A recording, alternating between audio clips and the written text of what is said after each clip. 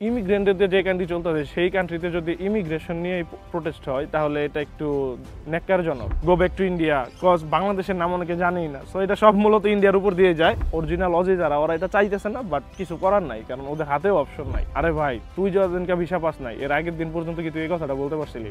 অনেক মিসকনসেপশন দিয়ে সুন্দর মতন টাকা ভাগায় নিবে। হ্যালো এভরিওয়ান, দিস মিস আরো শুভ and welcome to my channel. আজকে আপনাদের সাথে আবার একটি নতুন ভিডিও নিয়ে হাজির হলাম। একটু ডিসঅ্যাপয়েন্টমেন্ট নিয়ে ভিডিওটা করতেছি।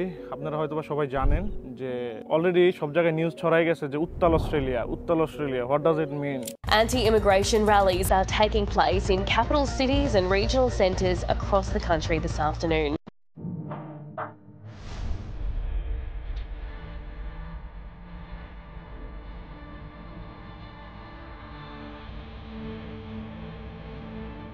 মানে বাংলাদেশ নিউজ করতেছে, সব জায়গায় নিউজ করতেছে। তো আপনাদের সাথে ভাবলাম এটা নিয়ে আলোচনা করি যে আসলে অস্ট্রেলিয়াতে ইমিগ্রেন্টদের নিয়ে কি চলতেছে, এই বিষয়টা নিয়ে আপনাদের সাথে আলোচনা করা উচিত। কজ এটা একটু মেসাকার আকারে চলে গেছে। It's not only Australia, all over the ওয়ার্ল্ডে সেম সিচুয়েশন। সো ইন্ডিয়াতে দোষটা আসে হচ্ছে মূলত ইমিগ্রেন্টদের উপরে, কারণ আমরা তো সহজ সরল নর্মাল মানুষজন, আমাদেরকে ওরা যা পারে তাই বলে নিতে পারে। বাট মেইন কজ বা কাহিনী কি সেগুলো তার ওরা অ্যাকসেপ্ট করবে না। যেমন আপনাদের সাথে শেয়ার করি, অস্ট্রেলিয়াতে মূলত হয়েছে এটা কি, অস্ট্রেলিয়াতে এই যে last 31 August March for Australia, 31 আগস্টে মার্চ ফর অস্ট্রেলিয়া নামের একটা র্যালি বের করছে অল ওভার অস্ট্রেলিয়াতে। এটা বড় বড় সিটি বলেন, Sydney, Melbourne, Brisbane, Tasmania, Queensland, whatever, anyway সব জায়গাতে সেম সিচুয়েশন। সবাই র্যালি করতেছে march for Australia. What does it mean march for Australia? মানে ওরা অস্ট্রেলিয়ারে বাঁচানোর জন্য ওরা রাস্তায় নামছে। এখন আপনি বলতে পারেন অস্ট্রেলিয়ার সিটিজেন কেন অস্ট্রেলিয়াকে বাঁচানোর জন্য রাস্তায় নামবে? এর পিছনে অনেকগুলো ফ্যাক্টর কাজ করে। আমি আপনাদের সাথে সবগুলো ফ্যাক্টর এখন আলোচনা করবো। আসলে মূলত হয়েছে এটা কি আসে বিষয়। মেইন ওদের মোটিভ ছিল হচ্ছে ম্যাস মাইগ্রেশন, মানে এমন পরিমাণ লোক ঢুকাই ফেলছে এটাতে এখানকার সিটিজেন যারা ওরা অতিষ্ঠ, এই জন্য মূলত মার্চটা করা হয়েছে। সেকেন্ড অপশন আসে হচ্ছে গিয়ে লাভ ইট অর লিভ ইট, মানে আপনি যদি এটাকে মানে ভালোবাসেন তাহলে থাকেন, না হলে ছাইরা দাও। মানে এদের ইমিগ্রেশনের স্টিগমাগুলো আমি বলতেছি। অস্ট্রেলিয়া ফার্স্ট, এগুলো হচ্ছে স্লোগান ছিল, অস্ট্রেলিয়া ফার্স্ট। এরপর আরেকটা হচ্ছে গিয়ে প্রোটেক্ট আওয়ার হেরিটেজ। এখানে হেরিটেজ বলতে শুধু ন্যাচারাল রিসোর্সেস বা যা যা বানানো আছে অস্ট্রেলিয়াতে এটাই বোঝায় না, এটা বুঝাইতে বলছে ওরা হোয়াইট অস্ট্রেলিয়ান পলিসি, যেটা কজ আপনারা হয়তো জানেন না, যখন অস্ট্রেলিয়াকে ব্রিটিশরা অ্যাবরিজিনাল থেকে নিয়ে গেছিল তখন শুধু সাদারা এখানে থাকতে পারতো, অন্য কোনো দেশের ইমিগ্রেন্ট এখানে থাকতে পারতো না, ওই রুলস ছিল না। এরপরে এটা পার্লামেন্টের রুল জারি হয় যে এখন বিভিন্ন দেশ থেকে মাইগ্রেন্ট এখানে আসতে পারবে, সো ওরা এখানে এসে থাকতে পারবে। তো এই প্রোটেস্টটা অন্য লেভেলে ছড়াই গেছে। ধরেন সব সিটিতে এরকম মানুষ পতাকা নিয়ে বের হইছে, না যা ইচ্ছা তা আবার করতেছে। এরপরে এদের আবার অপোজিটে বের হয়েছে অস্ট্রেলিয়াতে হচ্ছে অ্যান্টি ইমিগ্রেন্ট র্যালি। এখন আপনি বলতে পারেন যে যারা মাইগ্রেশনের বিরুদ্ধে আছে তারা একটা র্যালি করতেছে, যারা মাইগ্রেন্ট তারাও তো এখানে সিটিজেনশিপ পাইছে সামহাও, তো তারাও তো র্যালি করবে, এটা স্বাভাবিক। তো এটা ওরা করতে গেছে, ওরা বলতেছে যে পাশাপাশি আবার ওরাও ধরেন র্যালি বের করছে।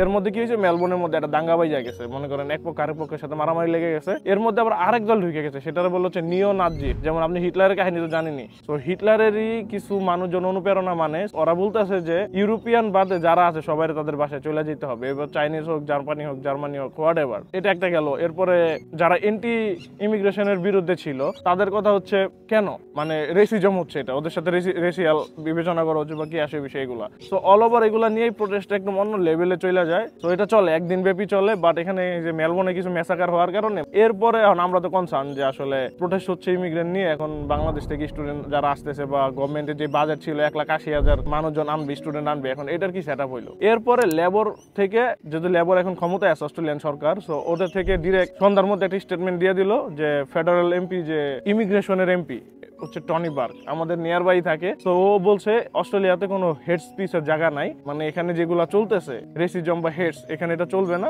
আমাদের যেই পরিমাণ রেট ছিল আমরা ওই পরিমাণ লোকই আনবো, ডাজেন্ট ম্যাটার এখানে মানুষ কি করতেছে না করতেছে, কারণ অলরেডি পার্লামেন্ট হাউসে এই বিল পাস হয়েছে। তো আমরা মানুষ প্রোটেস্ট করতেছে দেখা যে ওদের কথা শুনে আমরা এটা থামাই ফেলবো, এরকম না। এরপরে নিও নাজিসের যে লিডার ছিল, যে হিটলারের প্রদর্শন করতেছিল যে ইউরোপিয়ানরা বাদে অন্য সবাই বাংলাদেশে চলে যেতে হবে, ওদেরকে কি করলো, ওরে পুলিশ গ্রেফতার করছে, বিকালের মধ্যে পুলিশ গ্রেফতার করছে। এরপরে মোটামুটি সিচুয়েশন ঠান্ডা। এরপরে ইমিগ্রেন্ট মিনিস্টার যে ছিল, মাল্টিকালচারিজমের যে মিনিস্টার অ্যানিলে, সে বলছে ইটস টোটালি রেসিজম, এটা আপনার রেসিস্ট ভাবে আপনাকে অ্যাটাক করা হইতেছে। এ হচ্ছে গিয়া গভর্নমেন্টের পক্ষ থেকে। তার মানে গভর্নমেন্ট এখানে পুরোপুরি রিলিফ দিল যে যতই ওরা ম্যাস মাইগ্রেশনের কথা বলে বা এই বলে, টু বি অনেস্ট মানুষ অনেক পরিমাণ ঢুকতেছে, বাট দেশের যে সিচুয়েশন, এই সিচুয়েশনে মানুষ না ঢুকে গভর্নমেন্টের কাছে কোনো অপশন নাই, টাকা পয়সা নাই তো গভর্নমেন্টের কাছে, গভর্নমেন্টের টাকা লাগবে তো। আর এখানে যে পরিমাণ দেশ, এটাকে যদি প্রপার অর্গানাইজ ভাবে সাজানো যায় তাহলে যে যেসব মানুষ আসতেছে সেগুলো মানুষ আসলে এটা উপকারে লাগবে। এই যে ইনফরমেশন বা যে একটা গ্যাঞ্জাম হইলো, এটা নিয়েও আবার কিছু মানুষজন মানে ফলস ইনফরমেশন ছড়াইতেছে মার্কেটের মধ্যে যে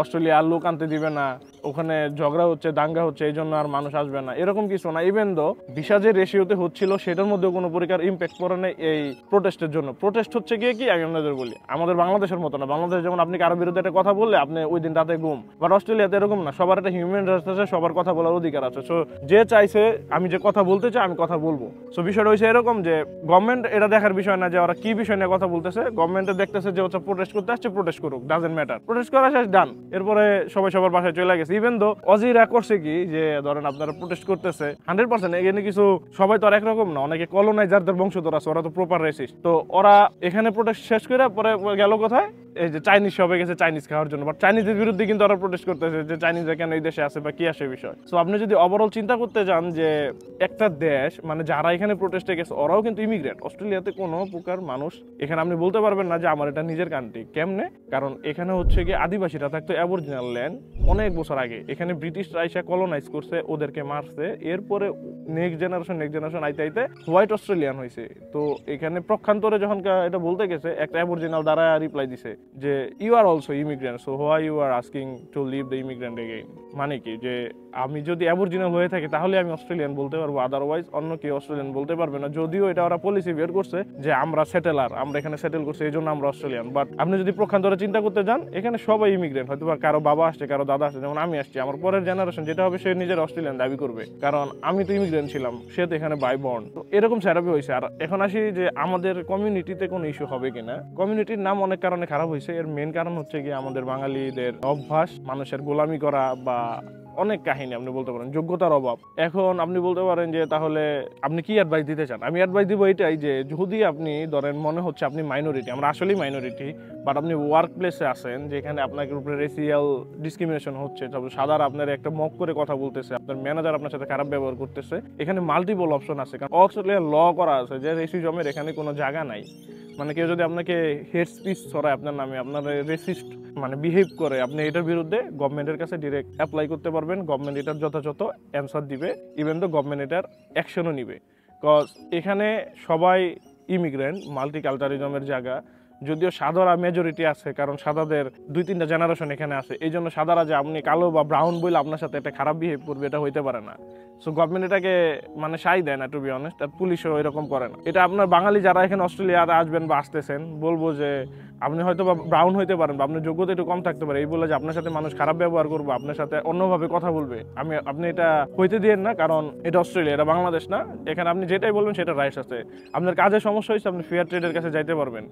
আপনি নিজে সেফ ফিল করতে আসেন না, 000-তে ফোন দেন, পুলিশ ইনস্ট্যান্ট চলে আসবে। রিজন কি বইলা দেন, আইসা পড়বে। আপনার কেউ থাবু দিতে নিছে, আপনি পুলিশ কল করতে পারবেন। এই যে অ্যান্টি ইমিগ্রেশনের যে ব্যাপারটা, সেটাকে আমি এবার মোটামুটি একটু সাপোর্টও করি। কজ ওরা বলতেছে কি যে ম্যাস মাইগ্রেশন মানে কি অনেক বেশি মানুষ ঢুকতেছে, এগুলার একটু কমায় দাও।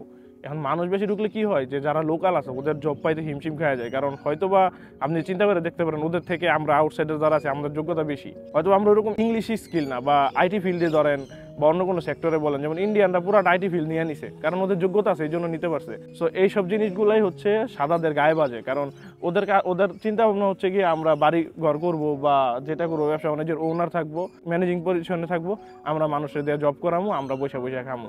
এখন আমরা যখন ওদের পদ নিয়ে নিই বা আমরা ওই জবে অ্যাপ্লাই করি, এটা তো ওদের ভালো লাগবে না। সো এই জন্যই মানুষ সবসময় একসাথে হয়ে এটা এন্টি ইমিগ্রেশনের একটা র্যালি বের করছে। এখন ইমিগ্রেন্টদের যে কান্ট্রি চলতেছে সেই কান্ট্রিতে যদি ইমিগ্রেশন নিয়ে প্রোটেস্ট হয় তাহলে এটা একটু ন্যাক্কারজনক, বাট কিছু করার নাই। এই দেশের মানুষের রাইটস আছে, ওরা এটা করতে পারবে। বাট আমিও বলি যে গভর্নমেন্ট যেটা করছে সেটা একটু বেশি পরিমাণ হয়ে যেতেছে। এখন আপনারা বলতে পারেন শুভ এটা আপনি কি বললেন? ভাই আমি ওই দলের না, কারণ এমন অনেক পোলাপানকে দেখছি অস্ট্রেলিয়া আসার পরে নিজে নিজে দোয়া করে আর মানুষে বলে এত পোলাপান কেন আনতেছে, এত পোলাপান কেন আনতেছে, এত পোলাপান না আনলেও তো হয়। আরে ভাই তুই যতদিনকে ভিসা পাস নাই এর আগের দিন পর্যন্ত কি তুই এই কথাটা বলতে পারছিলি? আমার প্রশ্নটা এখানে যে আমি ভিসা পাই, আজকে আমি আইসা পড়ছি দেখে আমি আরেকজনের জন্য দোয়া করবো ও যাতে আসতে না পারে। এটা পুরোপুরি ছোট লোকে একটা কাজ কারবার, আর আল্লাহ তো সবার জন্যই আছে। সো এটার একটা প্রপার আউটকাম আল্লাহ দিয়ে দেয়। সো আমি ওইটার পক্ষে না যে আমি আসছি দেখে অন্য কেউ আসতে পারবে না, ইমিগ্রেশন বন্ধ হয়ে যাক, মাইগ্রেন্ট ফ্রেন্ডলি না হোক, না এরকম না। আমি আসছি, আরো 10 জন আসুক, কারণ আমার রিজিকে যেটা আছে সেটা আমি পাবো, এটা আমার কাছ থেকে কেউ ছিড়াই নিতে পারবেন না। বরং আরেকজন এসে যদি সেম স্ট্রাগল করতে পারে, সেম হার্ডওয়ার্ক করতে পারে, সে যদি ভালো কিছু করে আলহামদুলিল্লাহ, সো হোয়াই নট। বাট এই যে সাদারা যারা বা অরিজিনাল অজি যারা, ওরা এটা চাইতেছে না, বাট কিছু করার নাই, কারণ ওদের হাতেও অপশন নাই, কারণ ওদের ওই যে হাউজিং প্রাইসেস অনেক বেড়ে যেতেছে। কারণ আপনি যখন এই দেশের সাদা, যেমন আমার বাংলাদেশের কথা আমি চিন্তা করি, আমার বাংলাদেশে যদি আমি নিজে একটা জায়গা কিনে বাড়িঘর করে না থাকতে পারি, তাহলে তো আমার খারাপই লাগবে যে এখানে আউটসাইডাররা এসে বাড়িঘর কিনতেছে, ইনভেস্টমেন্ট প্রপার্টি নিয়ে ফেলতেছে, কারণ এই দেশের সিস্টেমের জন্য, এই জন্য ওরা মূলত চেতে গেছে। বাট আমি ভিডিওটা এই জন্যই বানাচ্ছি যে অনেকে হয়তো এগুলা দেখে একটু টেনশনে থাকতে পারেন, বা অনেকের কাছ থেকে ভুল ইনফরমেশন পাইতেছে, অনেক মিসকনসেপশন দিয়ে সুন্দর মতন টাকা ভাগাই নিবে।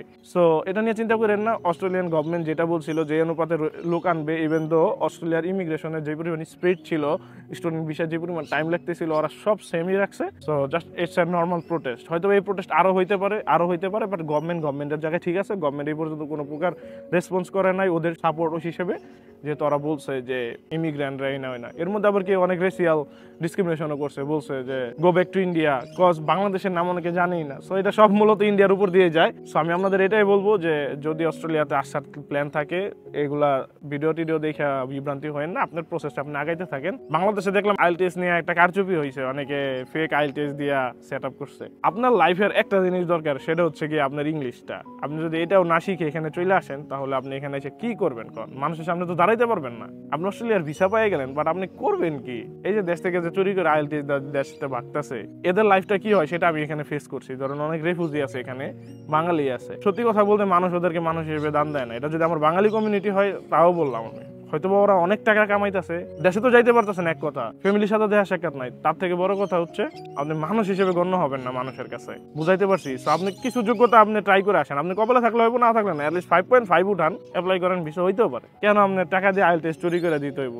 আপনি এখান থেকে আইএলটিএস চুরি করে দিতে আসলেন, আর রিডিং এ পাইতেছেন, আর রাইটিং এ 8 পাইতেছেন, লিসেনিং এ 7 পাইতেছেন।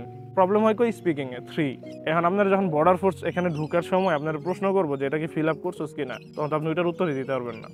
লজিক আছে ভাই, আমি যেটা বলতেছি লজিক আছে। সো কিপ ট্রাইং ভাই, স্কিপ করেন না। শর্টকাট লাইফে খুঁজলে বেশি দূর আগানো যায় না। সো স্কিপ না করাটা বেটার আমি মনে করি। সো আজকের ভিডিও এই পর্যন্ত। ইনশাআল্লাহ আবার নেক্সট কোনো ভিডিওতে দেখা হবে। টিল দেন সবাই ভালো থাকেন, আমার জন্য দোয়া করবেন। তো আমি আপনাদের শুভ সাইন অফ করতেছি। আসসালামু আলাইকুম।